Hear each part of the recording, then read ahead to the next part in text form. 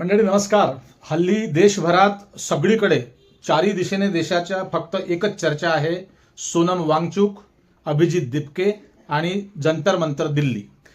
पण मंडळी तुम्हाला ठाऊक आहे, उद्या आज सोनम वांगचुकला पोलिसांनी घेऊन गेले, त्यांना हॉस्पिटलमध्ये ॲडमिट केलं आणि सरकारला वाटलं, शासनाला असं वाटलं की आता हे सगळे या जंतर मंतरवरून खाली करतील आणि सोनम वांगचुक यांना हॉस्पिटलमध्ये नेल्यावरती हे सगळे जे आंदोलन करते तरुण आहेत ते निघून जातील. पण तसं घडलं नाही, उलट तिथे गर्दी वाढली. आणि आता तुम्हाला एक नवीन बातमी सांगतो मंडळी, तुमच्याही पायाखालची वाळू सरकून जाईल. तुमच्या डोक्यात जी कल्पना कधीही येऊ शकत नाही अशा प्रकारे कल्पना या सरकारच्या डोक्यामध्ये येत असते. सरकारला हे आज दिवसभरात माहिती होऊन गेलं शासनाला की उद्या दिल्लीमध्ये हा जो प्रोटेस्ट होणार आहे, हे जे पीसफुल मार्च होणार आहे, याच्यामध्ये प्रचंड गर्दी, चिक्कार गर्दी दिल्लीमध्ये होणार आहे. आणि मग आता काय करायचं, कुठले फंडे वापरायचे, कुठली ट्रिक्स वापरायची, तर या सगळ्या या गोष्टींमध्ये, या फालतू म्हटलं तरी चालेल, या फालतू विषयामध्ये हे सरकार फार अग्रेसर आहे. आणि आता तुम्हाला ऐकून धक्का बसेल मंडळी, दिल्लीकडे जाणाऱ्या सर्व रेल्वेगाड्या, दिल्लीकडे जाणाऱ्या जेवढ्या काही एक्सप्रेसेस असतील देशामधून जाणाऱ्या, त्यापैकी सगळ्यात जास्तीत जास्त गाड्या ह्या 5 ते 8 तास लेट केलेल्या आहेत. जास्तीत जास्त गाड्या ह्या 8-8 तास लेट केलेल्या आहे मंडळी. अचानक इतक्या गाड्या लेट होत नसतात.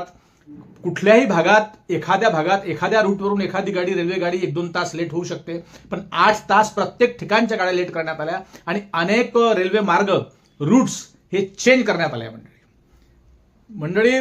बघा, कुणाचंही डोकं इतक्या दूरपर्यंत जाणार नाही. जहान पहुचे रवी म्हणते, वा पहुचे कवी, अशी भाजपाची गत आहे मंडळी. आणि दिवसभरात जे चर्चा आज मीडियावरती होत आहे की मोदी इतके डरपोक का आहेत, मोदी इतके घाबरतात का, अमित शहा इतके घाबरतात का, भाजप, भारतीय जनता पक्ष एवढा घाबरतो का? अरे तरुणांचं आंदोलन आहे, नीट पेपर फुटीसाठी आंदोलन आहे, विद्यार्थ्यांच्या भविष्यासाठी आंदोलन आहे. तुम्ही त्यांच्याशी जाऊन भेटण्याच्या ऐवजी तुम्ही सोनम वांगचुकला अगदी पांढऱ्या कपड्यांमध्ये, अगदी बेरहिमीने, अगदी निर्दयीपणे, अगदी क्रूरपणे त्यांचे हात पाय पकडून ओढताण करून आणि आता माहिती येत आहे की चल बे साले उठ, हो गया सब, अशा पद्धतीने, अशी अभद्र भाषा वापरून सोनम वांगचुकचा असा अपमान करून त्यांना त्या हॉस्पिटलमध्ये ऍडमिट केलं. आणि आता नवीन बातमी आहे मंडळी, अनेक लोक आता बोलत आहेत, तुम्हाला ही बातमी कळली नसेल पण मी आपल्या चॅनलवरून ही बातमी तुम्हाला देतो आहे.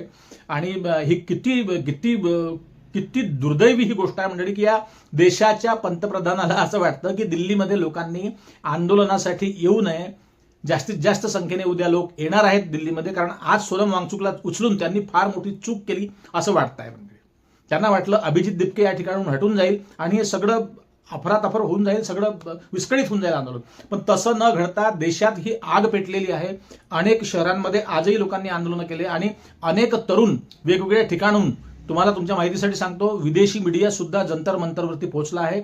एवढंच नव्हे तर विदेशात, बाहेर देशात असणारे आपले भारतीय काही विद्यार्थी, काही शिकण्यासाठी तिकडे गेलेले, काही अन्य कारणांसाठी तिकडे गेलेले तरुण सुद्धा भारतामध्ये या उद्याच्या आंदोलनासाठी येत आहेत. आणि शासनाला, सरकारला हे माहिती होतं, मोदीजीला, की उद्या हा प्रोटेस्ट होणार आहे आणि भरपूर मोठ्या प्रमाणात लोक येणार आहेत आणि आजच दिल्लीमध्ये दाखल होणार आहेत. आज सकाळीच येणाऱ्या ट्रेन, दिल्लीकडे जाणाऱ्या सगळ्या रेल्वे गाड्या ह्या 8-8 तास उशिरा धावत आहेत. आणि 8 तासाचा अर्थ काय होतो तुमच्या लक्षात आलं असेल मंडळी. 8 तासात सगळं काही निपटून जाईल. 2-3 तासाचा हा प्रोटेस्ट होता, तो आता काय होईल त्याचं काही सांगता येत नाही. पण गर्दी बऱ्यापैकी जमेल तिथे. आज रात्रभर तिथे लोकांची ये जा असणार आहे, कारण की काल रात्रीही हाच प्रकार त्या ठिकाणी घडला मंडळी. तर तुम्हाला सांगतो, अशा प्रकारे 101 फंडे मोदी साहेबांकडे आहेत. तर आता बघा, आता सगळ्यात महत्वाचा मुद्दा तुम्हाला सांगतो मंडळी की दिल्लीकडे जाणारे काय फक्त मोर्चेकरीच नसतील किंवा आंदोलनकारीच विद्यार्थी नसतील, अनेक प्रकारचे प्रवासी त्या रेल्वे गाड्यांमध्ये असतील. त्याच्यामध्ये पेशंट्स असतील, त्याच्यामध्ये ऑफिसच्या कामाने जाणारे लोक असतील, त्याच्यामध्ये काही गरोदर महिला असतील, त्याच्यामध्ये वेगवेगळ्या कामाने देशातल्या वेगवेगळ्या भागातून दिल्लीकडे जाणारे लोक असतील.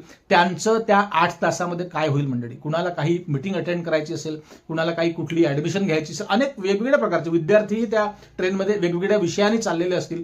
त्यांचं त्या प्रवाशांचं काय होईल मंडळी हे लक्षात ठेवा तुम्ही.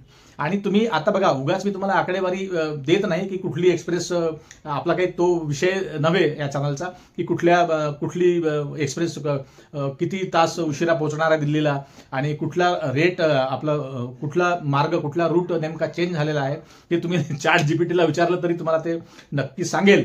पण तुम्ही जर आता समजा हे माझं हे बोलणं संपलं, आपली ही आताची बातमी संपली, आपला हा एपिसोड आताचा संपला की तुम्ही चेक करा ChatGPTला आणि इंटरनेटवरती चेक करा कुठल्या गाड्या दिल्लीकडे जाणारे लेट आहे. तर तुम्हाला जास्तीत जास्त गाड्या 8-8 तास लेट तुम्हाला पाहायला मिळेल मंडळी. तर हा आहे मोदी साहेबांचा एक नवीन फंडा की ना बजेगा ना रहेगा बास, ना बजेगी बासरी. आणि उद्याची गर्दी त्यांना कमी करायची आहे. हे आंदोलन त्यांना खरं तर चिरडून टाकायचं होतं मंडळी. पहिल्या दिवसपासून 27 दिवस झाले त्या ठिकाणी आंदोलन सुरू आहे. पहिल्या दिवसापासूनच विघ्न संतोष टाकण्याचा प्रयत्न करीत आहेत मंडळी. वेगवेगळ्या लोकांना, बीजेपीच्या भक्तांना, काही अंधभक्तांना, वेगवेगळ्या लोकांना तिथे पाठवून तिथे काहीतरी मस्ती करायची, तिथे काहीतरी चुकीचं वागायचं त्या लोकांशी, त्यांना चिथावणी द्यायची. आज पुन्हा शाही फेक प्रकरण झालं त्या ठिकाणी. अभिजित दिपकेंच्या अंगावर निळ्या रंगाची शाही एका महिलेने फेकली आणि अशा प्रकारे त्या मागेही काहीतरी दगडफेक वगैरे काही प्रकरण झालं. मागे ते ज्यावेळेस देशातल्या 4-5 शहरांमध्ये मेट्रो सिटीमध्ये अभिजित दिपके गेले होते आंदोलन करायला, एका ठिकाणी मला वाटते राजस्थानमध्ये त्यांना एक झापड मारली त्यांना, त्या अभिजित दिपकेंना, तेही प्रकरण घडलं. तर असे खूप सारे फंडे यूज करण्याचा प्रयत्न बीजेपी करत आहेत. पण ते त्यांना यशस्वी होताना ते दिसले नाही. त्यांना वाटलं की आता हे यांनीही थांबत नाही तर आता काय करायचं, तर दिल्लीतला उद्या प्रोटेस्टच होऊ द्यायचा नाही किंवा खूप कमी प्रमाणात मग ते दाखवायचं. गोदी मीडिया त्यांच्याजवळ आहेच प्रचार करायला की अरे कुछ भी नहीं थे, 2-4 लोग थे, 200-400 लोग थे, 2-4 हजार लोग थे, अभिजित दिपके के पीछे कोई लोग नहीं है, सोनम वांगचुक जी के पीछे कोई लोग नहीं है. तर अशा प्रकारे मंडळी अतिशय चेष्टा सुरू आहे या देशातल्या तरुणांची. आणि मला तर हात जोडून विनंती करावीशी वाटते प्रत्येकाला की तुम्ही बीजेपीचे भक्त असा राहा, आयुष्यभर भक्ती करा. वाटलं तर मोदींना तुमच्या घरच्या देव्हाऱ्यात ठेवा, त्यांना रोज त्यांची आरती करा, त्यांना फुलं वाहा. पण मंडळी तुमच्याही नातेवाईकांचे, आप्तेष्टांचे, परिजनांचे लेकरं असतील ज्यांनी नीटच्या परीक्षा दिल्या असतील आणि शाळा, अभ्यास, कॉलेज, शिक्षण हेच या देशाला पुढे नेऊ शकतं. हे प्रत्येक घराला समृद्ध करण्याचं एकमात्र विषय आहे शिक्षण. आणि तुमचा कुठला ना कुठला आप्त या शिक्षणातून वाटचाल करीत असेल तर तुम्हालाही त्याची काळजी असायला पाहिजे मंडळी. तर अशा क्रूरपणे, एकदम क्रूर शासक मोदींना म्हणायला हरकत नाही. त्या अभिजित दिपकेंच्या वडिलांनी तर काहीतरी वेगळीच उपमा दिली. ते मला आता पुन्हा त्याची पुनरुच्चार करण्याची गरज वाटत नाही. कालच मी त्यावरती व्हिडिओ केला.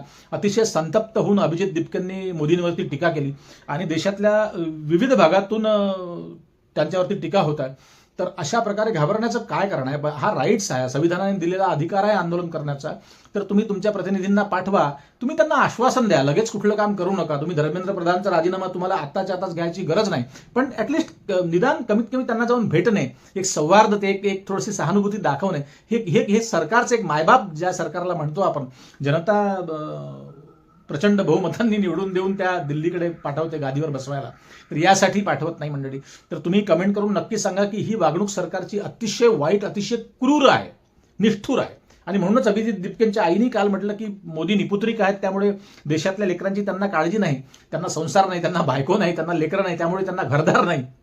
ते सांगतात की मी काही वर्ष 25 वर्ष तर भिक्षाच मागितली असं सांगतायत. ते त्यांचं काय खरं काय माहिती नाही. कधी काही बोलतात, कधी काही बोलतात. तर वेगवेगळी चेष्टा होत आहेत, वेगवेगळे मीम्स त्यांच्यावरती बनत आहेत. तर मंडळी अशा प्रकारे हसू एखाद्या पंतप्रधानांचं होणं, कारण की ते तुमच्या आमच्या सगळ्यांचे पंतप्रधान आहेत, त्यांचं अशा प्रकारे हसू होणं, त्यांच्यावरती अशी चेष्टा करणं, मला वाटते पहिले पंतप्रधान असतील की त्यांच्यावरती इतक्या टीका टिप्पणी इतक्या प्रकारे. आता तुम्ही म्हणाल की सोशल मीडिया मनमोहन सिंगांच्या वेळेस नव्हता, मान्य आहे, पण तरीही कार्टुनिस्ट होते. पण आता तर कार्टून काढण्याला सुद्धा बंदी आणतील की काय? ते मीम्स सुद्धा, या युट्यूबचे सगळे चॅनल सुद्धा बंद करतील की काय मोदी? जशा रेल्वे गाड्या बंद करण्याचा प्रयत्न करतायत किंवा उशिरा त्या गेल्या पाहिजे असा प्रयत्न करतात. पण मंडळी फक्त आंदोलन करतेच त्या रेल्वे गाड्यांमध्ये नाहीत, तर अनेक महत्वाची कामं करण्यासाठी दिल्लीकडे जाणारे प्रवासी असतील, त्यांचे किती हाल होतील. आताच एक व्हिडिओ पाहायला मला वाटतं, नितेश कराळे जे वर्धेचे मास्तर आहेत ते सुद्धा चालले आणि त्यांचीही ट्रेन रेल्वे 8 तास उशिरा धावत आहे. त्यामुळे ते उद्या सायंकाळी पोहोचतील दिल्लीत प्रोटेस्ट संपल्यावर की काय, अशी सगळी शंका निर्माण झालेली आहे मंडळी. तर तेच नाही तर अनेक विद्यार्थी, अनेक तरुण मुंबईकडून, महाराष्ट्रातून सगळीकडे आज तर भरपूर महाराष्ट्रातले लोक त्या ठिकाणी विद्यार्थी पोहोचलेले आहेत. फक्त विद्यार्थीच नाही तर अनेक विद्यार्थ्यांसोबत पालक सुद्धा पोहोचलेले आहेत.